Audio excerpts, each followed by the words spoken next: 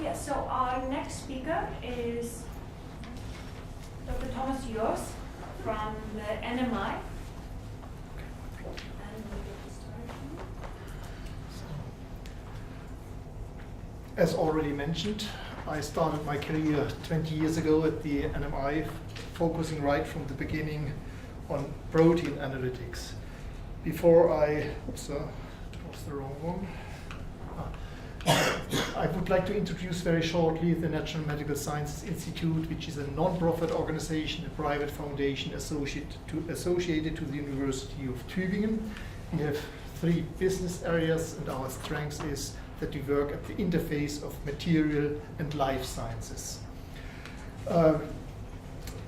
We are something like 190 staff members, and the annual budget was last year, 2017, 60 millions.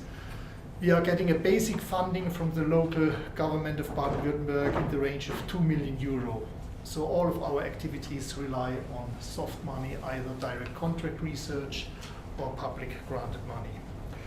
So as an introduction to cancer and biomarkers, for the last 20 years we have heard a lot of promises coming from the genomics activities or the proteomics or systems biology. If we know more about biology, we can provide better treatments.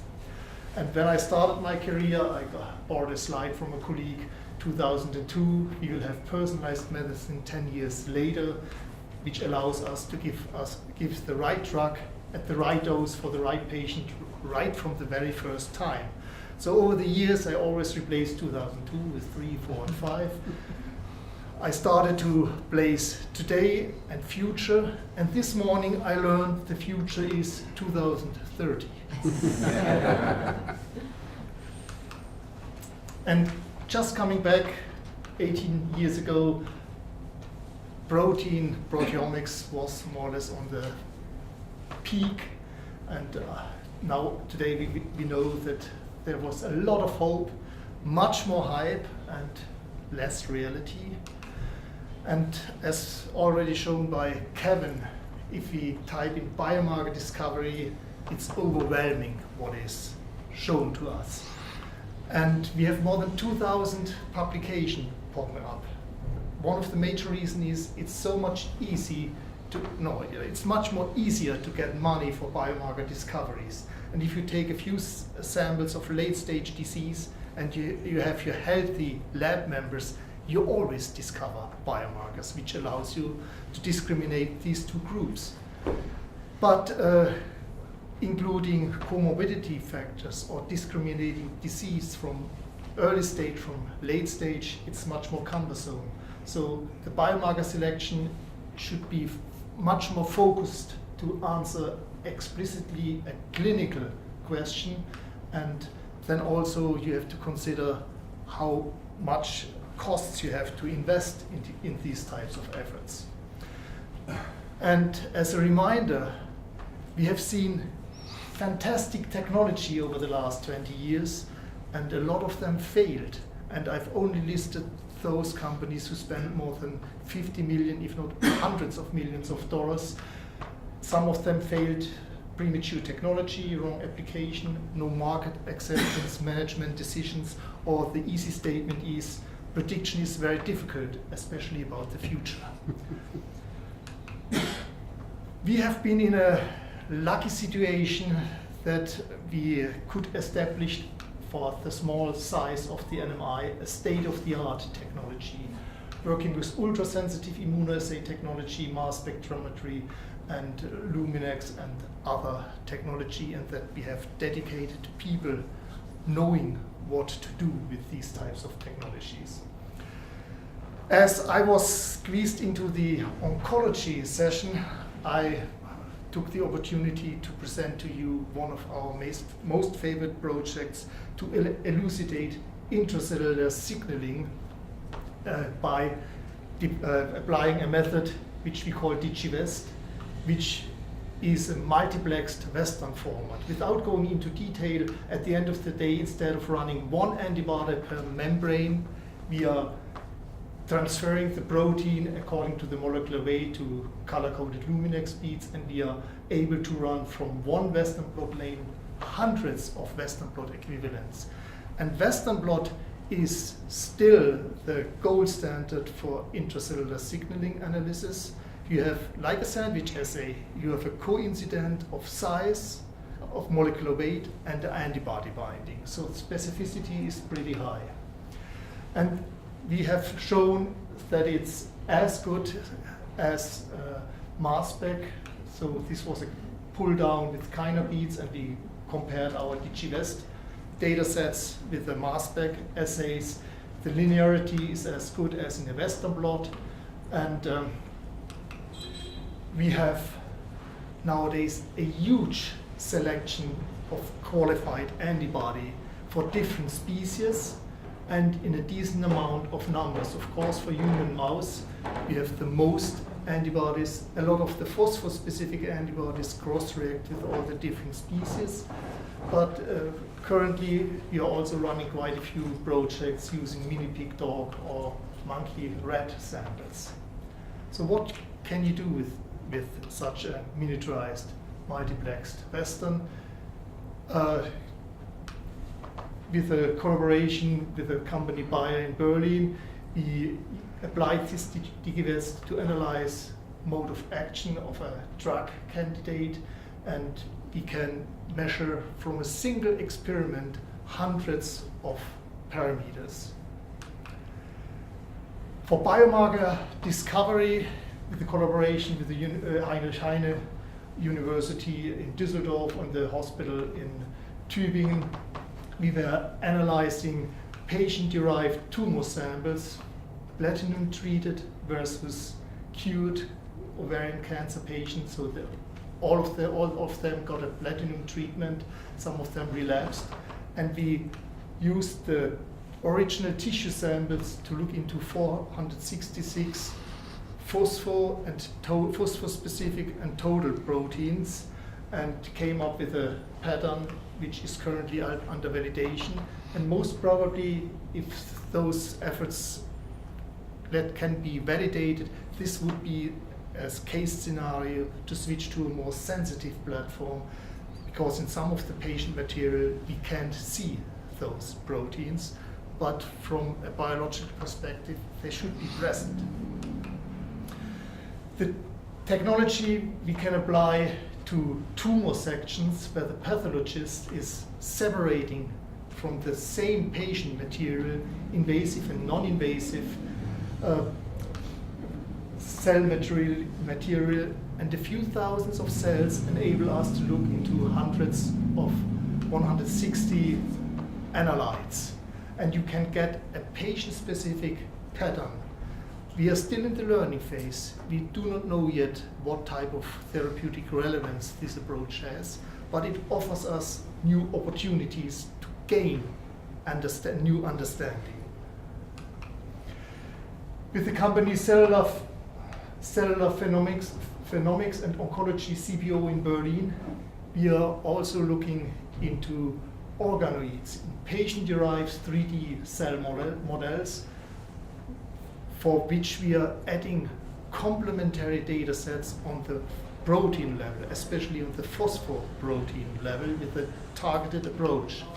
So taking a tumor sample and separating this in up to 5 different origins, and from each of those origins the company is culturing several microtiter plates of samples. So from one you get up to 100 replicates that we can look into the behavior, into the effect of a dozen compounds in 8 different concentrations, and we are looking also into the intracellular signaling, and we can see we can analyze the IC50 doses, and as lower the number pop up here, as more efficient is the drug. So this is a big project going constantly on, and we are pretty close to transfer this setup into a pathological environment to get this routinely applied. for each and every patient samples who is coming from a biopsy into the pathology, we will do 3D culture, DNA transcriptomic, and intercellular signaling. And some of the data are already regarded by the tumor board to initiate third-line therapy. Just a couple of months ago, the NMI was was getting a big project from the local state of Baden-Württemberg in collaboration with a couple of universities and other partners to expand this personalized medicine for tailored cancer therapies. And again, we are looking into the capability of tumor-infiltrated lymphocytes in a 3D co-culture environment. So we are taking from the different patient tumors, we are isolating from the same patient's immune cells and bring them together and analyze the effect under treatment and of different drugs to support the clinicians for third-line therapy decisions. The great thing is, if we are looking into immunohistological characterization of the original tumor sample and our 3D organoids, the overlap, at least according to the pathologist, is fantastic. And we have interesting phosphoprotein data sets on these tumor samples, and due to the fact that this project is just started, we definitely will learn much more about cancer progression and diversity of cancer cell within a single organoid. Switching gears, we are one of the early adopters of CMOA technology, because CMOA had at least the charm that this is a technology which delivers, and combined with a fully automated system which can be easily implemented in the lab. And at least Julian is not around, but he may memorize how easy the first year was in our hands. The fourth instrument which was coming out from Quanterix was coming to my lab. And whenever we did an experiment, we always had, wow, sensitivity for more than 20, 25 analytes were tremendously improved. But we failed for over a year period to validate any of our assays, because every second or third sample was a disaster. Nevertheless, I already mentioned that procalcitonin easily, right from the beginning, sensitivity improvement by a factor of 100. Our clinicians was not impressed at all, because who cares about low baseline concentration of procalcitonin? But it was working. On the other hand, it's fascinating to have an assay with a limit of detection of half a femtogram per milliliter. There is not a lot of other technologies around where you can achieve things like this. And assay validation, we are doing according to fit for purposes efforts. The data sets we are generated are accepted by FDA and EMA for biomarker qualification process. So the group at NMI is doing a great job. This is just one example where we supported one of our partners. They had a xenograft model, a mouse model, and looking at the endogenous and and the human cytokine responses. And there was just a tendency, using a standard ELISA technology, that 20% of the samples gave a signal, but it was not strong enough to continue the program. So we developed 2 mouse-specific assays. We could measure from all samples baseline, and it was a clear-cut picture. They went with the same candidate into monkey. In parallel, they asked us to develop a monkey-specific assay for TNF-alpha and interferon gamma, and when the samples were ready, we again could measure from each and every sample either baseline or the expected response. And currently, they are planning for to go with this candidate into phase 1. So, in summary, technology is great, but at the end of the day, you have to answer a biological or clinical question. We have long-term experience about assay development, validation, sample analysis. In a couple of studies, we screened more than 4,000 samples for projects from different origin. We recently stepped into immunoaffinity mass spec approaches to look into difficult to analyze proteins. We are a preferred project partner for the Predictive Safety Testing Consortium for the Drug-Induced Organ Injury program, because our immunoaffinity MS approaches are designed in a way that the same antibody recognizes the same peptide epitope in rat, mouse, cat, dog, monkey, and human beings. So there will be additional knowledge coming up. And biomarker discovery, the big needle you can discover with mass spec. You don't have to do it by hand, because we have great technology which delivers, but you carefully have to think before you mentioned in your slide, don't switch your brain off. You have to invest a lot of brain in designing your experiment. Technical validation is not an issue. It's just, you have to do it. Biological understanding, this is the key. What is the mechanism behind? What is the baseline? And of course, for some of the efforts, baseline are important. For some clinicians, procalcitonin baseline not at all. The appropriate clinical range, how is the correlation with disease severity? And of course, comorbidity factors. If your biomarker pops up by a lot of comorbidity factors, it's not the very best biomarkers. Sample type and volume requirements. If you only have 3 microliter of mouse CSF, you can't do a lot. Variability, just look around the world, and so on and so forth. And last but not least, it should be affordable. And in summary, let's say, again, the message from Kevin this morning. There is a chance that we can deliver. We have a lot of tools available. There is a huge amount of money available. We have to push the money in the right direction. Give it to the NMI, maybe. So, just teasing. We have a great group of people. I would like to mention at Jens Sköpfert and Viviana Kakamo. 4 or 5 years ago, I think they discovered 97% of all the quantitative Simoa software bugs. But the last 2 years, we have 2 instruments running, and the instruments running 4 or 5 days a week, sometimes for the PhD students also on the weekend.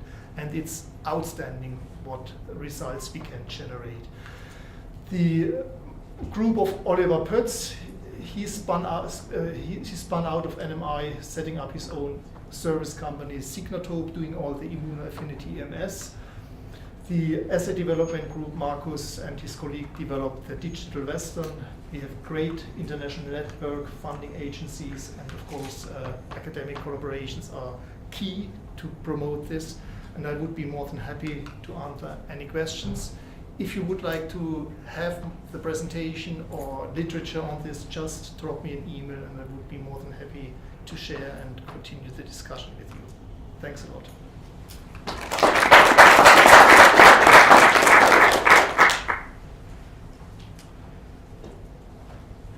Given your vast experience with different protein technologies, how important are technical issues such as freeze-thaw cycles, anticoagulant choice, plasma versus serum, all those kind of things? Because when we get samples from clinicians, we often don't have any of that. Yeah, so this is definitely a topic for technical validation of your assay. If you validate your assay for EDTA plasma, it's not feasible, it's not allowed to include serum samples in the analysis. And there are quite a few stories out that you have different levels depending on the sample preparation. So SOPs for sample generation, sample receiving are key. And if you are working in an academic environment, it's amazing how diverse the different tubes can be if samples are coming from different sites. And sometimes the labeling on the tubes is painful like hell. So barcode, we have a lot of projects where we are having barcoded samples, but sample variety based on different types of sample collections is killing the project. Leaving your samples at -20 and having other sites where you store your sample at -80 for our urinary kidney injury biomarkers, that allows you immediately to separate the samples according to the storage conditions. So everything what is done should be documented.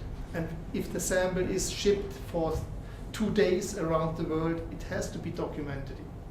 We are using only shipping services for valuable samples where dry ice is replaced. Otherwise, you lose samples. I have a question regarding Western blot technology. It sounds very interesting. Two questions actually. One is, in your approach, you first apply a STS base. Yes. So the proteins are denatured. Yes, like in the Western blot. They are renatured. No. They are still denatured because we are using Western blot specific antibody. So we immobilize the denatured proteins on a Luminex color coded beads. On one beads you have several hundreds or 50 up to several hundreds of proteins sharing the same molecular weight. And there is still some STS sticking to them. So, and then you add your Western blot specific antibody to a mixture of 96 Luminex beads. Each Luminex beads low molecular weight, 96 to high molecular weight.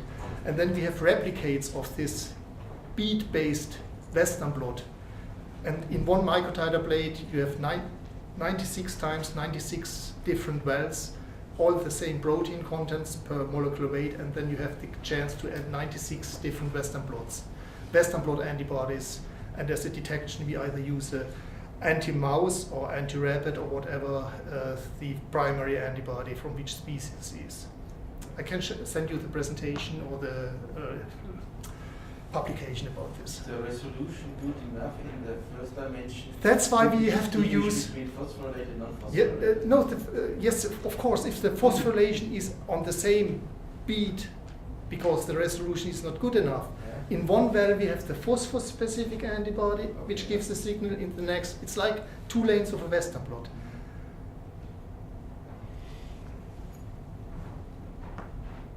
Other questions? So, Thank you.